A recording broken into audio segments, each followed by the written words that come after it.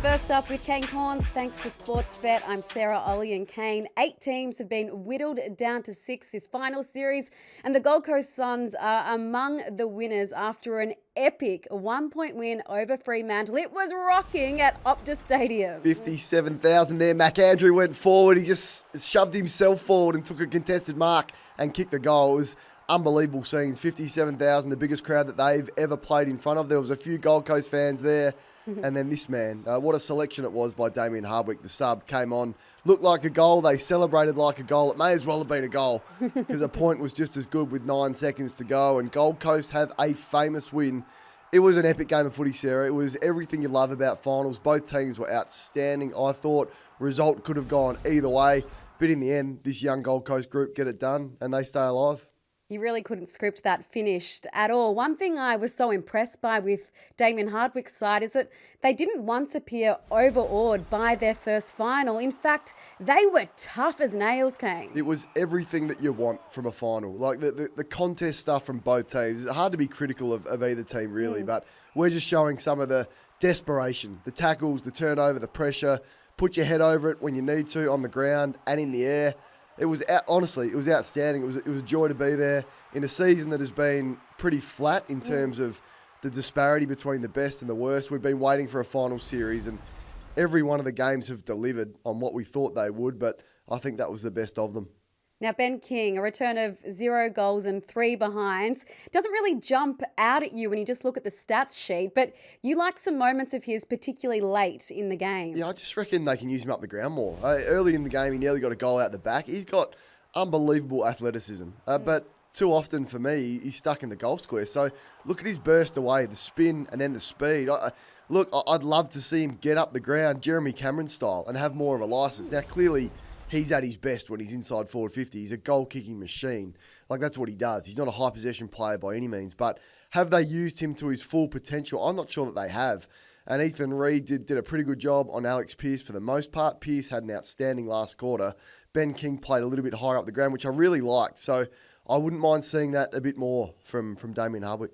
What do we make of the Dockers? This is a loss that will burn deep throughout the off-season, Kane. And with 2 minutes to go, you've got to ask yourselves, did they lose the unlosable? Yep, little things, Sarah, little things you look back on turn into huge things. So intercept mark, look at the time, 2:36. Cox has got it.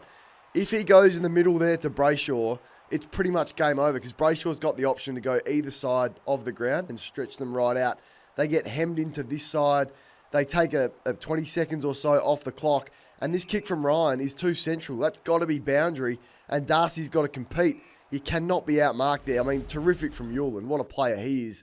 Second at the club for intercept possessions and a young star, second in their best and fairest. That kick went back in for McAndrew, but you're looking at it going, if they went to Brayshaw first, you probably milk another minute. You get territory, you go to stoppage. And then also with Ryan, if you set up there and it goes out of bounds, you set up for a stoppage where they're pretty strong. So little things turn into big things in finals, and that's going to hurt.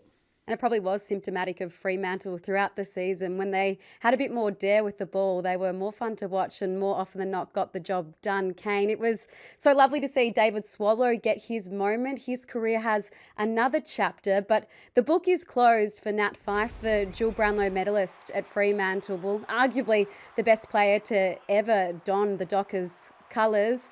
Yep. What did you make of his impact and his send-off? Yeah, I thought they maybe could have used him a fraction earlier. Like he came on, the last quarter had started, so just into the last quarter, maybe a fraction. He had some big moments. We just saw some of them. But yeah, I mean, players deserve premierships, but sometimes they don't get them. And no one deserves a premiership more than Nat Fyfe and Matty Pavlich at Fremantle. It's been hard going. So just the 12 finals across a stellar career didn't end the way that he wanted to. He's fought to the death to try and get himself an opportunity to win a premiership, and his body has let him down throughout. But for a 5 to 6 year period there was no one better, and I hope he puts the feet up and has a good relax because he deserves it. More broadly, what did you make of Fremantle's campaign? Back in September action after going missing for 2 years. They are a young list. I think the future is bright, but is this a bit of a missed opportunity? Yeah, so the season's a failure. Like, I think you had to win that final, and I think we all thought they would win that final. If they had got through and then lost next week, you go, that's about where we probably would have expected Fremantle. So it's not a disaster. And look, they played really strong footy, but they're too safe early. I think five goals at halftime, then they go down by about 25 points. They've got to chase the lead, so they become a bit more brave with the ball. Their forward line is electric and dangerous when they use the ball with speed and take a few more risks. So they've got to be prepared to do that from the start, not when they're chasing a lead. Too often they've had to come from behind at three-quarter time, so they need to address that in his game plan. But you're right, bottom four for age, their future is really bright. They're probably a midfielder short, I think. I mean, if you can just add more of a forward half midfielder to that group. Shea Bolton's been important, wasn't his best night, but they're in pretty good shape, but they'll be disappointed with not winning that one. Now, there must have been something in the water yesterday because at NG Stadium, there was also another huge comeback. I mean, Hawthorn were 42 points up. This one looked done. The Giants came back and then Hawthorn, they found a second win to record a 19-point victory. And their defence, Kane, really stood up kind of as we'd expected to all year. But it really came to the fore yesterday. Well, it's the best back six, isn't it? Well, make it 7 because you put Scrimshaw in there. They've got everything. You've got the big, powerful negator in Barras. You've got Sicily in battle who can defend but also intercept. So this is some of the vision early in the game. In fact, right throughout the game, they defended 72 entries, 20 in the first quarter. 20 entries in the first quarter, they only gave up 3 goals. This was just brilliant. It was a defensive masterclass. Hardwick's job on green, where everyone's starting to talk about Hardwick now. We probably should have been doing that 3 or 4 years ago. What a player he has been. And their forward line's so dangerous as well. They're Will Day short. They're Will Day short of winning the premiership. He's their best player. Take any team's best player out of their lineup and they're going to struggle to win the premiership. So that's probably the player they're just going to miss in terms of winning it. But what a defence. How good's their recruiting? And it feels like they're going to be pretty aggressive in the off-season to try and bolster that midfield as well. Now, you've got to be an okay player to don the number 23 at Hawthorn. And Josh Weddle, we hadn't seen him since round 16 because of the bone stress in his back. He's a real wild card for them, isn't he? He's a point of difference. Yeah, I mean, it's great coaching. I think across the first week of the finals, we saw some coaches back in some players that was questionable but got great results. Swallow was one of those with Damien Hardwick. But this from Sam Mitchell, this guy played like 40 minutes in the VFL. And that was enough. I thought they may have subbed him out, but they didn't. They made him play a full game and he was up for it. Like, look at the way he covers the ground. What an athlete he is. I said 2 years ago he could end up being the best player in the league. You say that because of just what he's got and the weapons, the running power, plays back, plays forward, plays on the wing, can even play in the ruck. I liked his stuff forward. I thought he was a real game breaker, particularly in that third term where he went forward, got himself into space with his running power. So Sam Mitchell backed him in and that had huge results. So for the Giants, they finished 5th with 16 wins, 7 losses in the home and away season. They bow out. They bow out with that injury to Darcy Jones, which is really sad for the young fella there. But they carried a few players in Kane, which were a bit underdone. I mean, Josh Kelly came on in the second half and was really superb as a sub. But they fell short again. Yeah, they did. And it's really difficult for them to recruit players. That's the reality. Not many want to go there. I mean, what's the last big recruits that they have? So it's really difficult. So you've essentially got to go through the draft and go again. So where are they at? Has this group, Kelly and Canelio and Green, got you as far as you are going to go? It probably feels that way to me. So I think strategic-wise, have they missed the window? Have they missed their opportunity to get one? Last year, that was your opportunity. Everything was going well. In the end, you're leading Brisbane in a final. They go on to win it. So you've squandered that, and now it just looks like they're running on fumes, and they've just got there. But they're a brave group. He's a really good coach, but I think they're going to have to sit down and really analyse honestly, where is our list at? Do we need to go back a little bit?